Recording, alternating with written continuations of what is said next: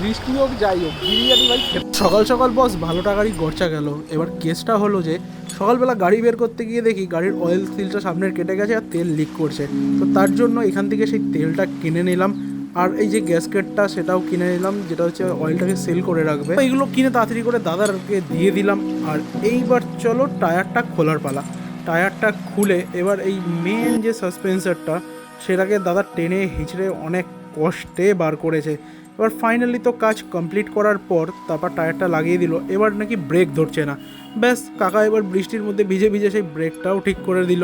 যাই হোক এই করতে করতে দেরি হয়ে গেছে, এবার গেলাম বিরিয়ানি। এই বৃষ্টির মধ্যে ভিজে ভিজে তনুদা এসছে বিরিয়ানি খেতে গাড়ি নিয়ে।